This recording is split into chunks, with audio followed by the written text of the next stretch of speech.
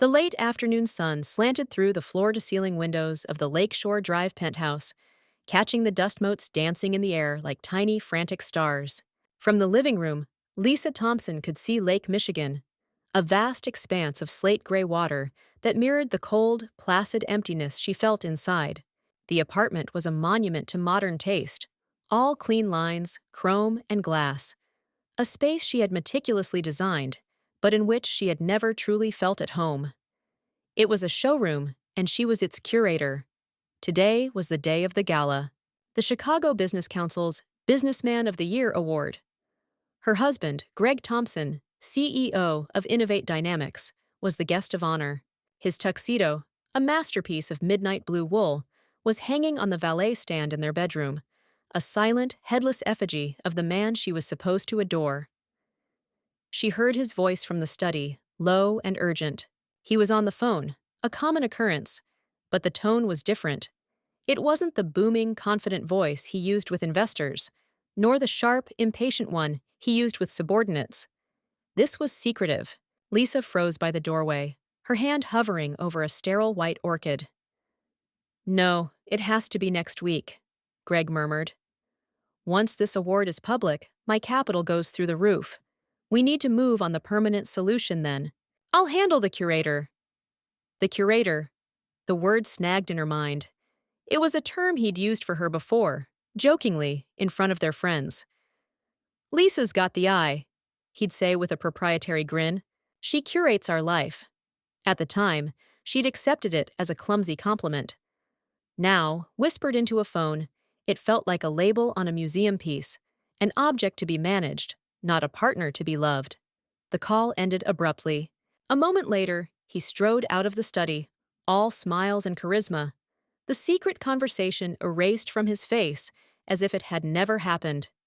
"There you are," he said, kissing her cheek. The gesture was so automatic it was insulting. "You ready for my big night?" "Our big night." "Almost," she lied, her own smile a carefully constructed mask. "I have a bit of a headache." "I was just looking for some aspirin." "Try my briefcase. I think there's a bottle in the front pocket," he said, already moving toward the bedroom to get dressed, his mind on the accolades to come. His briefcase was on the marble-topped console in the hall. It was Italian leather, a gift from her for his 40th birthday. She unzipped the front pocket. No aspirin, just pens, a company-branded flash drive, and a set of keys she didn't recognize. Her fingers, acting on an instinct she didn't know she possessed, slid deeper into the main compartment, past the neat stacks of files and his laptop. And there, nestled in a soft felt divider, she felt it. A cool, slim rectangle. Not his work phone, which was charging on the console beside her. This was something else. She pulled it out. A second phone. A burner. Her heart began a frantic, painful tattoo against her ribs. He was careless, so confident in her benign neglect, that he'd left it in the one place he thought she might look. With trembling hands, she took it to the powder room and locked the door, the sound of the bolt clicking into place echoing the sudden shuddering of her heart. She pressed the power button.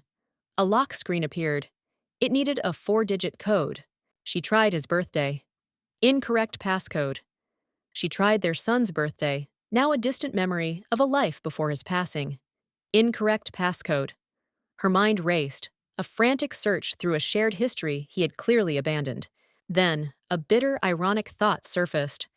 She typed in their old anniversary, the one he hadn't remembered for the past 3 years. The phone unlocked. The screen lit up with a string of text messages from a single contact. Chloe. Lisa knew the name. Chloe Vance. The sharp, ambitious junior executive he'd been mentoring. The texts were a firestorm that scorched her from the inside out. Mentoring. They were filled with nauseating pet names, explicit plans for future trysts, and, worst of all, casual, cruel mockery of her. Chloe. Can't wait for tonight. You'll be a god. What's the curator wearing? Something beige? Greg. Probably. Doesn't matter. After this week, it's just you and me. The condo is all set. Chloe. Did you tell her yet? Greg. Not in words. But she's not stupid. She knows her time is up. Her breath hitched. She scrolled further. A digital archaeologist digging through the ruins of her marriage. She found a PDF file attached to an email. A lease agreement. A two-bedroom condo in River North. The lease was under Chloe Vance's name, set to begin next Monday. It was the permanent solution. A sharp knock on the powder room door made her jump, the phone nearly slipping from her slick palm. "Lisa, you okay in there? We need to leave in 20 minutes." Her reflection in the mirror was a stranger, a pale, wide-eyed woman with a decade of her life turning to ash around her. She took a deep, shuddering breath, forcing the woman in the mirror to become someone else. Someone calm, someone cold. She wiped the phone clean with a tissue, slipped it back into the briefcase exactly where she'd found it, and unlocked the door. She walked out, her movements measured. "Found it," she said, holding up an imaginary pill to her lips and swallowing. "Headache's already better. I just need to finish my makeup. I'll be ready in 10. Greg smiled, a smug, satisfied expression on his handsome face. He saw only his wife, the perfect accessory for his perfect night. He didn't see the woman who had just found a weapon and was already planning a war. Sleep was an impossibility. Lisa lay in the king-sized bed, the space between her and Greg a frozen chasm. He slept soundly, a faint, self-satisfied smile on his lips, even in slumber, no doubt dreaming of the applause that awaited him. The rhythmic sound of his breathing, once a comfort, was now the ticking of a clock, counting down to the detonation of her life. But as the hours stretched into the deep, silent part of the night, the shock that had numbed her began to recede, replaced by something else. A cold, crystalline rage. He thought she was beige. A curator. A piece of the furniture he was about to replace. He had underestimated her for years, and in that underestimation, he had grown careless. Quietly, she slipped out of bed. The cool air of the penthouse raised goosebumps on her arms, but she barely noticed. She padded barefoot across the polished concrete floors, a ghost in her own home, and went to the study. The room was Greg's sanctuary, paneled in dark walnut and lined with books he'd never read. At its center was his desk, a vast expanse of polished wood where he played king. His laptop was closed, sleeping, just like its owner. Lisa sat in his leather chair. It still held a faint trace of his expensive cologne. She opened the laptop. The screen asked for a password. For a moment, she thought her reconnaissance might end here. But then she remembered. Years ago, when Innovate Dynamics was just a two-man startup operating out of their garage, she had been his unpaid tech support, his administrator, his everything. She had set up his first secure cloud server, a place to store his most sensitive ideas. Her fingers flew over the keyboard, typing a password he would have long since forgotten, a combination of her old architectural firm's name and the date they had lost their son. Archstone 0412. Access granted. The screen populated with folders, a digital map of his professional life. Finances, investor decks, personnel. It was all there. But Lisa knew what she was looking for wasn't just proof of infidelity. That was a private hurt. Greg had built a public kingdom, and she suspected its foundations were as rotten as their marriage. She inserted a small, discreet thumb drive into the USB port. It was one she'd picked up at a drugstore, anonymous and untraceable. Then she began to work, not with the frantic desperation of a scorned wife, but with the methodical precision of an architect assessing a condemned building. She started with the financials. She found the secret second mortgage on their penthouse, the one he'd taken out 6 months ago. The money hadn't gone into Innovate Dynamics. It had been funneled through a series of small transfers to a personal trading account, one that was currently deep in the red. He was gambling, drowning in debt, all while projecting an image of untouchable success. She moved on to his emails. She used search terms, Chloe Vance, condo permanent solution. The results were a litany of his betrayal. But then she searched for something else, a name from the past that had always bothered her. Mark Donovan. Mark had been Greg's partner at the very beginning. He was the genius coder, the true innovator. Greg was the salesman, the face. Then, one day, Mark was just gone. Greg had told everyone it was an amicable split, that Mark wanted a quieter life, Lisa had never fully believed it. The search results populated, and there it was. A folder buried deep in the server, cryptically labeled MD Legacy. Her heart, which had been beating with a cold, steady rhythm, began to hammer. This was it. This was the moment everything changed.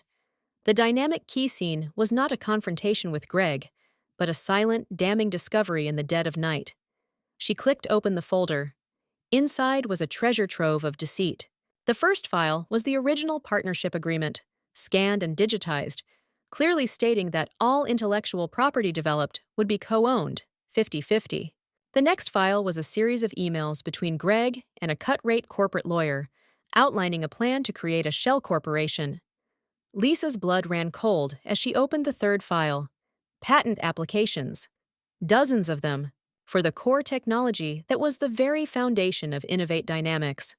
All filed under the Shell Corporation's name, then sold for $1 to the newly incorporated Innovate Dynamics, effectively erasing Mark Donovan from his own creation.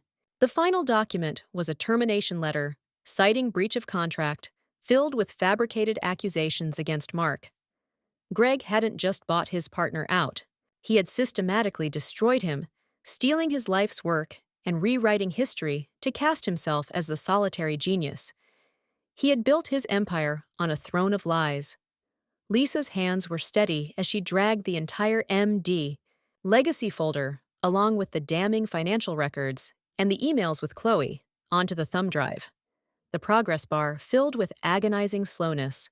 Every soft groan of the building's heating system, every distant siren on the streets of Chicago, sounded like an alarm. When the transfer was complete, she ejected the drive and clutched it in her fist. It was small and cool against her skin, a tiny metal vessel containing the complete and utter ruin of Greg Thompson. Her plan, once a nebulous cloud of anger, solidified into a sharp, lethal point. This wasn't about a broken heart anymore. It wasn't about a downtown condo or a younger woman. This was about justice. She would not just expose a cheater. She would unmask a fraud in the very arena he had built to celebrate himself. She deleted the browser history, shut down the laptop, and slid the thumb drive into the small pocket of her robe. As she stood up, she looked at her reflection in the darkened window. The ghost was gone. In its place stood an executioner. The morning of the gala broke gray and damp. The Chicago sky, the color of unpolished steel. Lisa had arranged to meet Sarah Jenkins at a small, out-of-the-way cafe in Lincoln Park, a place with worn wooden tables and the comforting aroma of roasted coffee, a world away from the sterile gloss of her penthouse. Sarah wasn't just her best friend. She was a partner at a top corporate law firm, her mind a fortress of legal strategy and pragmatism. If anyone could see the flaws in her plan, it was Sarah. Lisa arrived first, choosing a secluded booth in the back. She placed the small thumb drive on the table next to her cup of black coffee, its presence a stark, metallic contrast to the warm ceramic. Sarah bustled in a few minutes later, shaking rain from her trench coat. "Lisa! I was so surprised you called. I figured you'd be in pre-gala lockdown. You must be buzzing." Her smile was warm, genuine, and it sent a sharp pang through Lisa's chest. "Not exactly," Lisa said, her voice flat. She pushed the thumb drive across the table. "I need you to look at something, not as my friend, as my lawyer." Sarah's smile faltered. She picked up the drive, her expression shifting from friendly concern to professional caution. "What is this?" "It's my husband," Lisa said. "The real one." She had brought her tablet. For the next 20 minutes, in the quiet corner of the bustling cafe, Lisa laid out the anatomy of Greg's betrayal. She showed Sarah the texts from Chloe, the condo lease, the secret mortgage documents, and finally, the contents of the MD legacy folder. Sarah was silent throughout, her sharp eyes scanning each document, her face growing progressively grimmer. The only sound was the clicking of Lisa's fingers on the screen and the distant hiss of the espresso machine. When Lisa was finished, Sarah leaned back in the booth, letting out a long, slow breath. She looked at Lisa, her gaze filled with a mixture of horror and pity. "My God, Lisa," she whispered. "I'm so sorry." "Don't be." Lisa replied, her voice devoid of self-pity. I need to know. Is the Donovan material what I think it is? Sarah nodded slowly, her legal mind taking over. It's worse. This isn't just unethical. It's textbook intellectual property theft and wire fraud. The Shell Corporation, the backdated sales. This is a federal case waiting to happen. Mark Donovan could sue him into oblivion. The SEC would have a field day. She paused, her eyes locking onto Lisa's. This is leverage. The kind of leverage that sets you up for life. We can use this to skin him alive in a quiet, private divorce settlement. You'll get the penthouse, the summer home, half his stock options, more, if we threaten to release this. Take him to the cleaners, Lisa. Don't detonate a bomb that could burn you too. This was the moment of truth. Sarah was offering the sensible path, the one of quiet victory and financial security. It was the path everyone would expect her to take. Lisa looked down at her hands, then met her friend's worried gaze. No. No? Sarah asked, incredulous. Lisa, think about what you're saying. You walk away with 8 figures, a clean break, and he disappears from your life. Why on earth would you say no? Because it's not enough, Lisa said, and for the first time, a flicker of the fire inside her showed in her eyes. For 10 years, Sarah, I've been his silent partner. I edited his business plans. I designed the interiors for his first office. I hosted the dinners that won him his first investors. He built his public image on my private support. His entire identity as Businessman of the Year is a fraud that I helped create. She leaned forward, her voice low and intense. A settlement buys my silence. It makes me a co-conspirator after the fact. He gets to retreat with a bruised ego and most of his fortune intact, and everyone just whispers about a messy divorce. Chloe gets her promotion, and Mark Donovan never gets justice. So what are you proposing? Sarah asked, though she was clearly beginning to see the terrifying shape of Lisa's intentions. I'm not taking a settlement to stay quiet, Lisa said, her voice dropping to a near whisper. I'm cashing in that image, in public, tonight. The color drained from Sarah's face. At the gala? Lisa, no. You can't. That's a suicide mission. The press, the board members. You'll destroy him, yes. But the shrapnel will take you out too. They'll paint you as a bitter, hysterical wife. Let them, Lisa said, a strange calm settling over her. Let them. People have been underestimating me for a decade, including my own husband. It's become my greatest strength. He's walking onto that stage tonight to accept an award for being an innovator and a leader. I'm going to walk onto that same stage and show them all exactly what he innovated and how he leads. The confrontation hung in the air between them, a tense standoff between reason and resolve. Sarah, the pragmatic lawyer, saw only the risks, the fallout, the potential for self-immolation. But Lisa saw it differently. She saw a stage, a spotlight, and the one chance she would ever have to reclaim her own narrative. Finally, Sarah shook her head, not in disagreement, but in awe. She saw the iron will in her friend's eyes, a strength Lisa had kept hidden for far too long. Okay, Sarah said softly. Okay, you absolute lunatic. If you're going to do this, you're going to do it right. Give me the drive.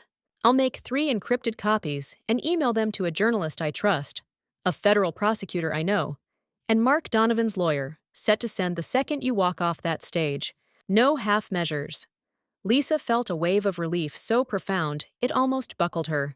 She wasn't alone. She slid the thumb drive back across the table. Thank you, Sarah. Don't thank me yet, Sarah said, her voice tight with tension. Just promise me one thing. When you light the match, don't look back at the fire. The hours leading up to the gala were a masterclass in deception. Lisa moved through their cavernous apartment with a serene, almost ghostly calm, a stark contrast to the triumphant energy radiating from Greg. He was in his element, a Roman emperor preparing for his parade. He strode between the bedroom and the master bath, humming off-key, already drunk on the adulation that awaited him. As he fastened the diamond cufflinks she'd bought him for their 10th anniversary, the one he'd forgotten. He caught her eye in the mirror. "You're quiet tonight," he observed, not with concern, but with a detached curiosity, as if noticing a piece of art was slightly askew. "Just taking it all in," she replied, her voice smooth as silk. I'm so proud of you, Greg." He turned, his face glowing with a smugness that was almost blinding. He took her hands, his touch feeling alien and unwelcome. "I couldn't have done it without you, you know," he said, the words a well-rehearsed line. "Your stability, your support, it's what allowed me to take the risks, to be the man I needed to be to get here." The narcissism was breathtaking. He wasn't crediting her as a partner. He was thanking her as a foundation, a static, unmoving piece of concrete upon which he could build his glorious monument to himself. He saw her sacrifice not as a contribution, but as a necessary condition for his greatness. She was the domestic bedrock that made his corporate stratosphere possible. This award wasn't their shared victory. It was his personal coronation, and she was merely the consort, meant to smile and wave at the appropriate times. "It's all been worth it to see you get this honor," she said, the lie tasting like ash in her mouth. He beamed, completely satisfied with her response. He saw nothing behind her eyes, no hint of the storm gathering there. He saw only what he wanted to see, the supportive, adoring wife. The curator. He disappeared into the steam-filled bathroom to shower, and Lisa's carefully constructed calm fractured for a moment. Her hands began to shake. She walked over to her antique writing desk in the corner of the bedroom, a piece he'd always called a little too ornate for the space. She pulled out 5 small, crisp écru note cards and a black fountain pen. Her plan needed structure. Écru note cards. She couldn't risk being overwhelmed by emotion on stage, her anger devolving into an incoherent tirade. It had to be cold, methodical, and devastating. An execution, not an outburst. She began to write, her handwriting a steady, elegant script. Card 1. Introduction. Thank the council. Acknowledge Greg. There are some things you don't know about this man. Card 2. The personal betrayal. The affair. Chloe Vance. The downtown condo. The permanent solution. Card 3. The financial deceit. The secret second mortgage. The gambling debts. The illusion of wealth. Card 4. The professional fraud. Mark Donovan. The stolen IP. The true foundation of Innovate Dynamics. Card 5. The evidence. The thumb drive. The final statement. She laid the 5 cards out in a neat row, a storyboard for his destruction.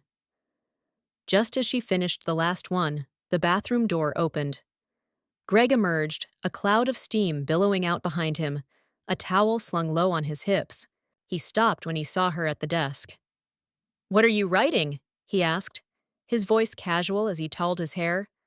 "Practicing your autograph for when you're famous by association?" Her heart leaped into her throat.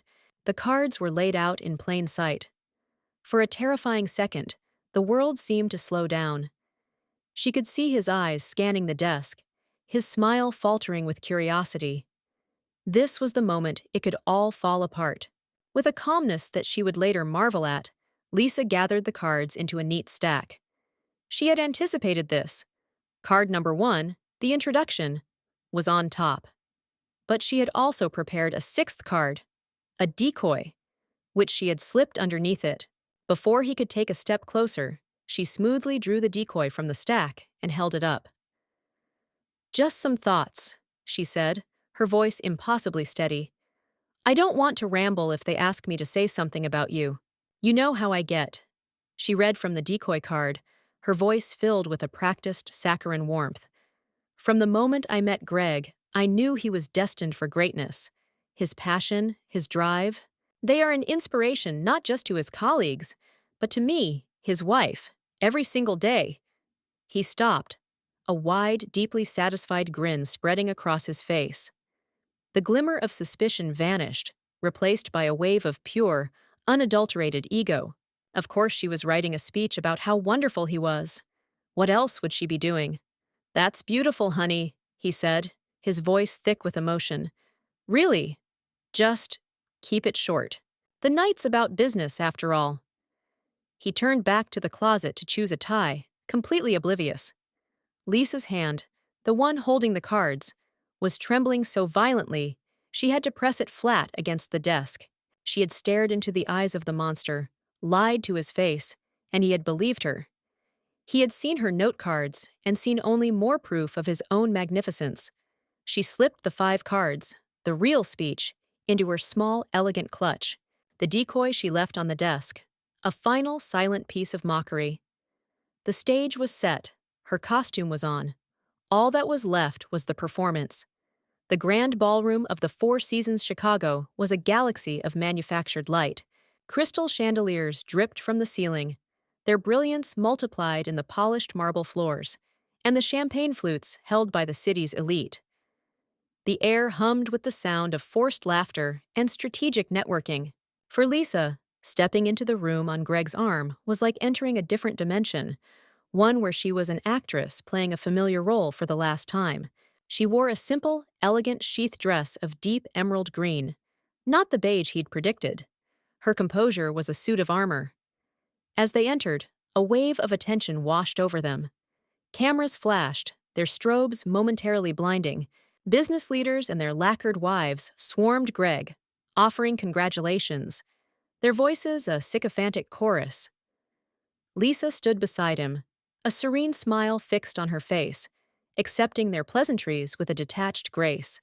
She was an observer, a ghost at the feast, watching the final glittering moments of a world she was about to burn to the ground. Across the crowded room, she saw her, Chloe Vance. She was holding court with a small group of junior executives from Innovate Dynamics, a champagne flute held aloft like a trophy. She was beautiful in a sharp, predatory way, dressed in a crimson dress that screamed for attention. Every so often, Chloe's eyes would flick toward Lisa, a smug, knowing look on her face, before she would turn back to her friends and laugh. She was basking in a victory she thought was secret, a queen-in-waiting, enjoying the final moments of the old regime. Greg, oblivious, was preening. He clapped men on the back, kissed women on the cheek, his voice booming with the confidence of a man who believed he was the center of the universe. He paraded Lisa around, his hand possessively on the small of her back. "Meet my better half," he'd say. "The rock that keeps me grounded." The irony was so thick she could taste it. During the cocktail hour, as Greg was deep in conversation with a city alderman, Chloe made her move. It was a calculated act of dominance, a final twist of the knife before she claimed her prize. She glided through the crowd, her crimson dress a slash of color in the sea of black and navy, and stopped directly in front of Lisa. "Mrs. Thompson," Chloe began, her voice dripping with a cloying sweetness that didn't reach her cold, ambitious eyes. "Lisa, you must be the proudest woman in Chicago tonight. Greg is such a force." Lisa looked at the younger woman, at the face from the text messages, the name on the lease agreement. There was no flicker of hatred, no tremor of rage. There was only a profound, chilling calm. She took a small sip of her sparkling water, holding Chloe's gaze over the rim of the glass. "He's certainly made an impact," Lisa replied, her voice even and low. Chloe's smile widened, mistaking Lisa's composure for weakness, for the polite ignorance of a woman who suspected nothing. "He's changing the world," Chloe gushed. It must be incredible to have a front row seat to that kind of genius." "Oh, it is," Lisa said, and she allowed a small, knowing smile to touch her own lips. It was not a warm smile. "But a man's legacy isn't defined by one night, Ms. Vance, or by one award." She paused, letting the words hang in the air between them. Chloe's confident smirk began to waver, a flicker of uncertainty in her eyes. This was not the conversation she had expected. Lisa leaned in slightly, her voice dropping so that only Chloe could hear her. "It's defined by the things he does when no one is watching. The foundations he builds on, the promises he keeps, and the ones he breaks. That's the legacy that lasts." She held Chloe's gaze for one beat longer, watching as the smugness in the younger woman's eyes curdled into confusion and a dawning, indistinct fear. Lisa had not raised her voice, had not made a single accusation, but she had declared war, Without another word, Lisa turned and walked away, melting back into the crowd, leaving Chloe standing alone, the champagne in her glass suddenly seeming less celebratory. The queen-in-waiting had just been put on notice by the curator, and for the first time, she had a terrifying premonition that the museum was about to be demolished. Lisa found a quiet spot near the wall, her back to the room, and took a deep breath. The first skirmish was over. The main event was about to begin. The dinner was a blur of bland chicken, clinking silverware, and long self-congratulatory speeches. Lisa ate nothing. She sipped her water, the 5 note cards in her clutch, feeling as heavy as gravestones. Greg, seated beside her at the head table, was incandescent. He laughed. He held court. He soaked in the adoration like a dying plant soaking in water. He was a king in his castle, utterly blind to the siege engines gathering at his gates. Finally, the moment arrived. The chairman of the business council, a portly man named Henderson, took the stage. After a flowery introduction detailing Greg's unparalleled vision and unwavering integrity, he called him to the podium. The room erupted in thunderous applause. He called Greg rose, kissed Lisa's cheek with a flourish for the cameras, and strode to the stage. He took the heavy, engraved crystal award, held it aloft, and beamed at the crowd. His acceptance speech was a perfectly calibrated performance of humility and power. He thanked his team, his investors, the city of Chicago, and then he turned his gaze to Lisa. But most of all, he said, his voice thick with what passed for emotion, I have to thank my incredible wife, Lisa. She is my rock, my anchor, the quiet wisdom behind all my loud ambition. Honey, I share this with you. The spotlight swung to find her. More applause. It washed over her, a hollow, meaningless sound. Henderson, the chairman, stepped back to the microphone. That's wonderful to hear, Greg. And I believe Lisa has a few words she'd like to share as well, and will present you with a ceremonial gift from the council. This was it. Greg looked at her, his expression a mixture of pride and impatience, beckoning her to the stage. Time seemed to slow down. Every face in the audience turned toward her. She could see Chloe, her expression smug once more, whispering to the person beside her. She could see Sarah, standing near the back of the room, giving her a single, almost imperceptible nod. Lisa stood, her movements fluid and deliberate. She walked to the stage, the emerald green of her dress a slash of vibrant life in the sterile corporate spotlight. She kissed Greg's cheek, the same hollow gesture he had given her, and whispered, You deserve this. Her voice a sliver of ice. She stepped to the podium, adjusting the microphone. The rustle of her note cards was the only sound she could hear. She looked out at the sea of expectant faces, the powerful, the wealthy, the complicit. And she began. Good evening, she said, her voice clear and steady, amplified throughout the cavernous ballroom. I want to thank Chairman Henderson and the council for this incredible honor they've bestowed upon my husband, Greg Thompson. She paused, turning to smile at Greg, a smile that did not reach her eyes. He is truly an extraordinary man. But there are some things you don't know about this man. A subtle shift went through the room. The polite smiles tightened. The atmosphere grew still, charged with a sudden, confused tension. Greg's proud smile faltered. You see him as a titan of innovation, Lisa continued, her gaze sweeping the room. But his greatest innovation has been in the field of deception. For instance, many of you know his mentee, Chloe Vance. Lisa's eyes found the crimson dress in the crowd. She lifted a hand and pointed. She's right over there.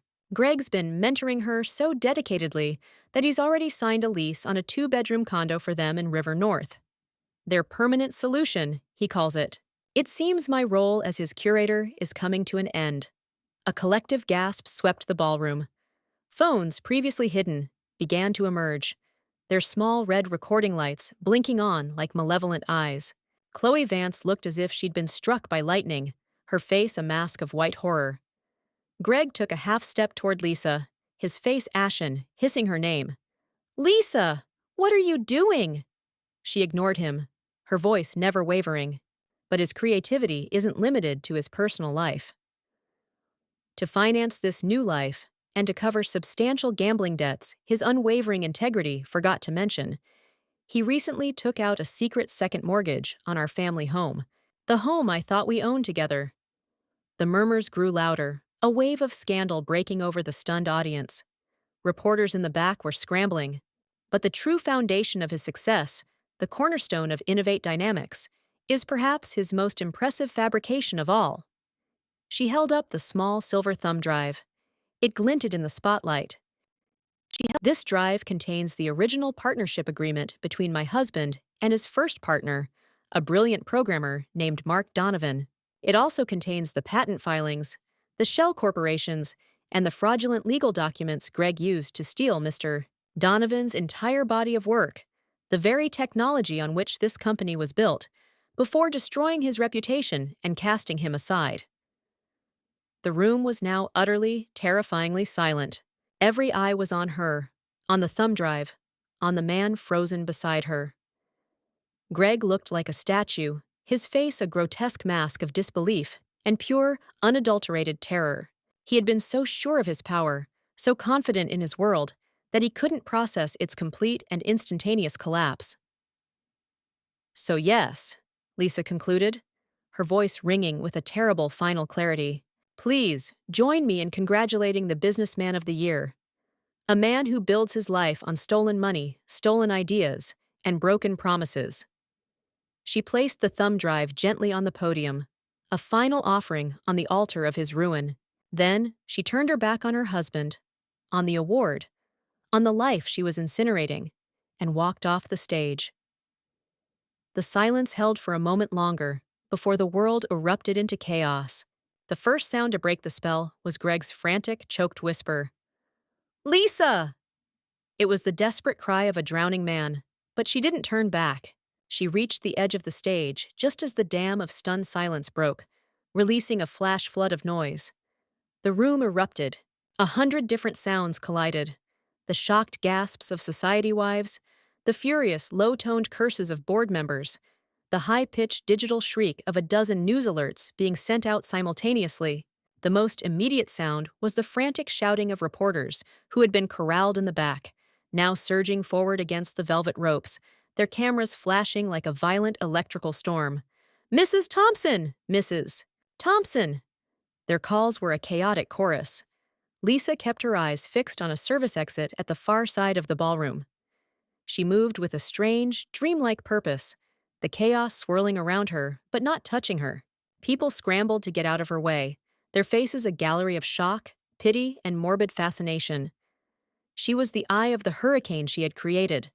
From the stage, she heard Greg's voice, no longer a whisper, but a ragged, panicked shout. "Security! Stop her!" A pair of burly, ill-fitting suits moved to intercept her, but they were hesitant, unsure of how to handle the situation. Before they could reach her, a hand grabbed her elbow. It was Sarah. "This way," Sarah said, her voice a tight, calm command in the surrounding madness. She steered Lisa toward a side corridor marked "Staff Only," pulling her through the door just as the first wave of reporters broke free. The hallway was a different world. It was brightly lit, sterile, and quiet, the roar of the ballroom instantly muffled behind the heavy door. The adrenaline that had sustained Lisa for the past hour began to recede, leaving a profound, bone-deep exhaustion in its wake. Her legs felt unsteady. "You did it!" Sarah breathed, her eyes wide with a mixture of terror and awe. "You actually did it!" "Is it done?" Lisa asked, her voice sounding distant to her own ears. "The emails were sent the second you put the drive on the podium," Sarah confirmed, her hand a steadying presence on Lisa's back as she guided her down the corridor. The Chicago Tribune, the U.S., attorney's office, and a very happy lawyer representing Mark Donovan. The fire is lit. They emerged from a service exit into a cool, damp alley. Lit. The city air, thick with the smell of rain and exhaust, felt like the first clean breath she had taken in a decade. Sarah's car was parked 20 feet away, its engine already running. As they hurried toward it, the ballroom doors burst open behind them. Greg stood there, silhouetted against the light, his tuxedo disheveled. His face was a contorted mask of pure fury. The charismatic CEO was gone, replaced by a cornered feral animal. Lisa! You will not do this to me! You've destroyed everything! He screamed, his voice echoing in the narrow alley. For the first time, Lisa stopped and looked back at him. She saw him not as the monster who had betrayed her, but as something smaller, something pathetic. A man so hollow that without his carefully constructed image, there was nothing left. She said nothing. She simply held his gaze for a moment, then turned and got into the passenger seat of Sarah's car. Sarah slammed the car into drive and sped out of the alley, tires squealing on the wet pavement. In the rearview mirror, Lisa could see Greg shrinking, a frantic, solitary figure under the harsh glare of a security light, swallowed up by the cavernous city. They drove in silence through the glittering streets of downtown Chicago. The city lights blurred into long streaks of color through the rain-spattered windshield. Lisa leaned her head against the cool glass of the window, watching the world she knew recede behind her. She had walked into that ballroom as Mrs. Greg Thompson, a silent accessory to a powerful man. She was leaving as something entirely different, something undefined. As they turned onto Lakeshore Drive, the same stretch of road her penthouse overlooked, a single tear finally traced a path down her cheek. It wasn't a tear of sadness or regret or even anger. It was a tear of pure, absolute release. It was the pressure of a decade of silence finally breaking. The bomb had gone off, and she had survived the blast. Sarah was right. She didn't look back at the fire. She just watched the road ahead. 6 months later, the Chicago winter had given way to a bright, promising spring. The city was healing from the Thompson scandal, though its echoes still reverberated through the financial district. The downfall of Greg Thompson had been swift, brutal, and public. News reports had chronicled every stage of his spectacular implosion. Innovate Dynamics was in receivership, its assets being sold off piece by piece after a mass exodus of clients and investors. Greg himself, after being forced to sell the penthouse to cover a fraction of his legal fees, was facing a federal indictment for wire fraud and securities violations, not to mention a massive civil suit from a vindicated Mark Donovan, who was now poised to reclaim the rights to his stolen technology. Chloe Vance had become a footnote, her name synonymous with scandal. Fired from her position and ostracized from the Chicago business community, she had reportedly moved back to her parents' home in Ohio, her shortcut to the top having led directly off a cliff. But Lisa Thompson was not a footnote. She was a headline of a different sort. The final scene of her old life was a brief, grainy news clip a friend had insisted she watch. It showed Greg leaving a preliminary court hearing. The charismatic, handsome titan of industry was gone. In his place was a haggard, defeated man in an ill-fitting suit, his eyes hollow, his shoulders slumped. He was surrounded by reporters shouting questions, but he said nothing, just stared blankly ahead as his lawyer pushed him into the back of a cheap sedan. He was no longer a king or a monster.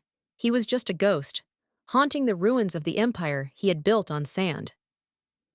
Lisa's new life began in a bright, airy studio space in the West Loop, a neighborhood buzzing with renewal and creativity. Sunlight streamed through massive industrial windows, illuminating drafting tables, architectural models, and walls covered in blueprints. The sign on the frosted glass door read, "Thompson and Associates, Architecture and Design." The associates part was aspirational for now. It was just her. But it was hers. She was unrolling a set of plans for a new community arts center on the South Side, her first major project.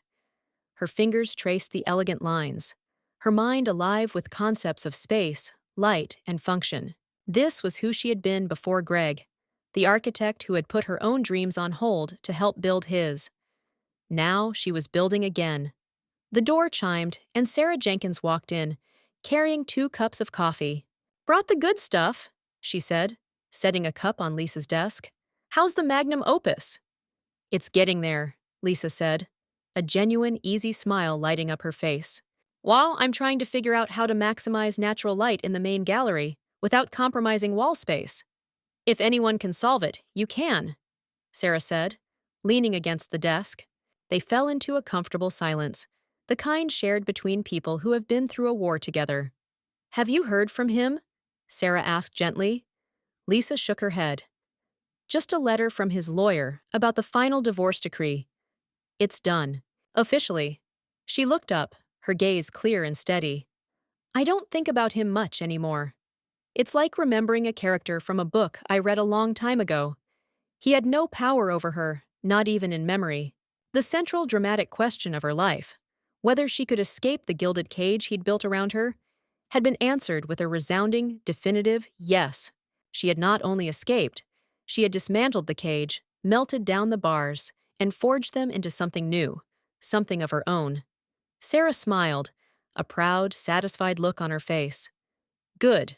He doesn't deserve to take up any more of your space. Lisa walked over to the large window, looking out at the familiar, magnificent Chicago skyline. For years, she had viewed it from the penthouse, a prisoner looking out at the world.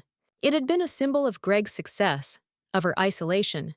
But now, from her own studio, from the ground up, the view was different. It wasn't a symbol of what she had lost, but a landscape of endless possibility. It was a city waiting for her to leave her mark, not as a curator of someone else's life, but as the architect of her own. She was serene, she was whole, and for the first time in a very long time, she was free.